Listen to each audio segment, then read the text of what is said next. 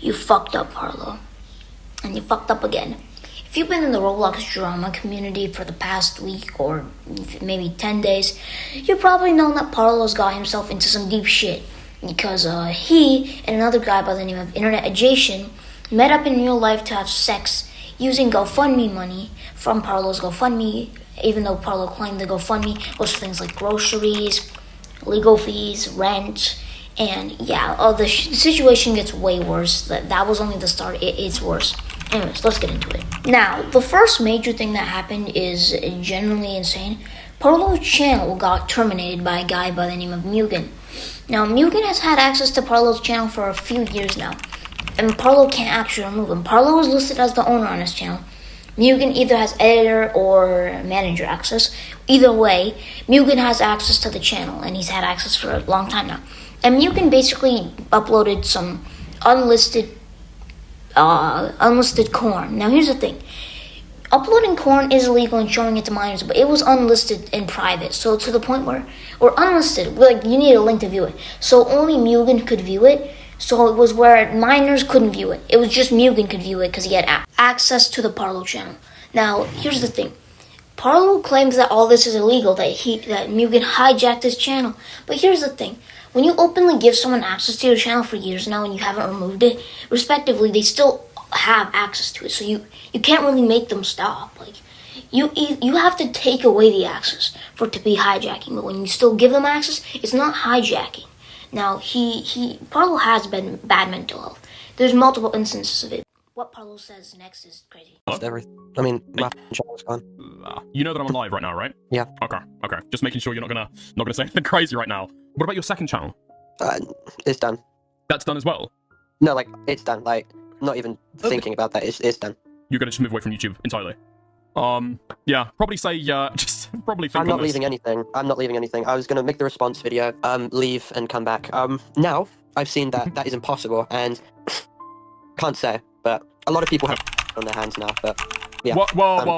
Okay. I'm gonna have to say goodbye. I'll chat to you later. Okay, have a good one. Now, you're probably wondering, why would Mugen delete Parlo's YouTube channel? Well, there's a couple of valid reasons, actually. Now, Parlo has bad mental health. We already know that. He has severe depression and anxiety. Now, Mugen stated that it had to be done, and that, you know, something, like, so there's some way that Parlo has to move on from the internet, because if he keeps getting all the toxic stuff coming in, it makes it worse for him, so he might actually hurt himself. And here's the thing. Just because his channel is gone, and just because I'm saying this and many others are, does not mean Parlo is innocent. Parlo still knows what he did is wrong. This is just a consequence of his actions kind of firing back at him.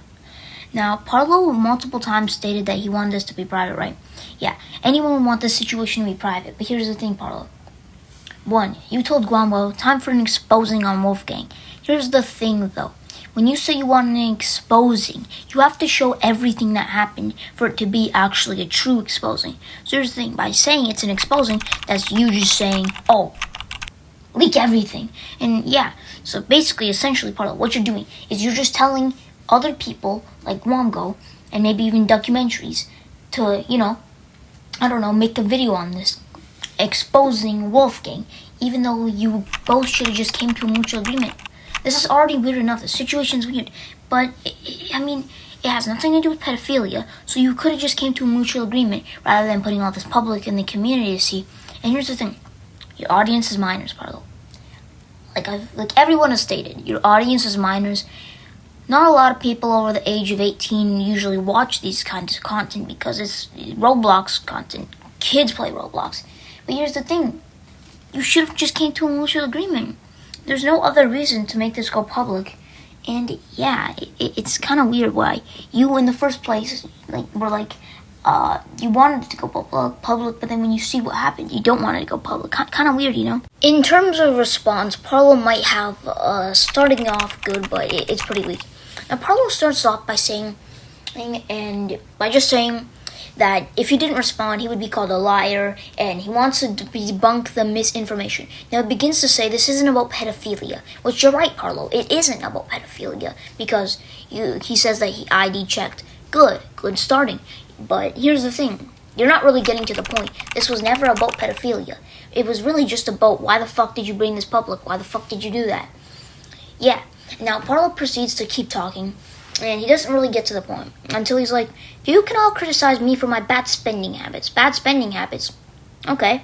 And then he says, the GoFundMe was initially used for rent and fees, but, he proceeds to say he didn't use it for that.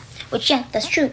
But, Parlo, you want to know something about that's actually legal, because, when you're deceiving your fan base into thinking that you need this, like, it's actually like a need to have this money, when you're just using this for something that isn't really a necessity, or something that's not advertised in the GoFundMe, it's illegal. It counts as fraud. While the authorities might not care about this as much, it still does count as fraud. Now, yeah, he goes on to say that he's being transparent about it, that he's sorry for what he did, but then he goes on about it's scamming, but it's not really scamming, you know? But then again, how can scamming not really be scamming? Exactly, it is scamming. Either way, when you're misusing GoFundMe money, it counts as scamming either way. Whatever you're using it for, if you're not using it for the intended purposes, Parlo, it counts as scamming, which, yeah, you get the idea. Now, here's the thing. A lot of people, have thought that, hey, we gotta apologize to the Parlo haters and the UTTP. Here's the thing. I don't really think you should be apologizing to these people. Because by apologizing to the Parlo haters, you're apologizing to people like Potemer, kamguyza, Captain Steve, bonkiedoge, Safe, Natspot, Pyrocynical, Dupe. Here's the thing. These guys definitely aren't innocent. And Parlo isn't innocent either, but they both are.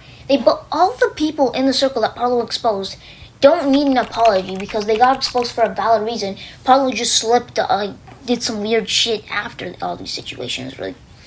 Now, yeah, this is weird. A weird spot to be in. I mean, if I was in this spot, I don't know what the fuck I'd do. But it doesn't make it so everybody needs an apology. All these disgusting people, UTTP members, pedophiles, going online talking about, Parlo needs to apologize for me for all the lies. It's not really lies. It's just, you're a bad person. Parlo's also a bad person. It's like, yeah, you both messed up. And it doesn't mean that Parlo necessarily is in the wrong for your situation. He is in the wrong for his own situation. Now, yeah, there's a lot of things that go on. Now, a lot of people are concerned for Parlo's mental health, and I would be too, actually. Now, Parlo definitely is not in the right. This is just karma, basically. It's just his actions coming back at him, like I've stated. Your actions always come back. They always have consequences. But for Parlo, it went to the extreme. Now, yeah, like everyone stated, he's not innocent. They're just all concerned. Now, Parlo is gone. He probably shouldn't come back. I think with the current state he's in, he should just take a break. I mean, he's already, exposed enough. He has no income. And here's the thing.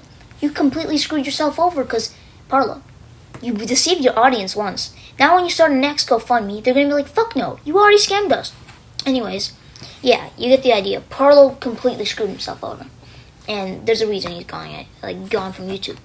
Anyways, if you enjoyed today's video, make sure to like, subscribe, share with a friend, and comment because we need to raise awareness for situations like these.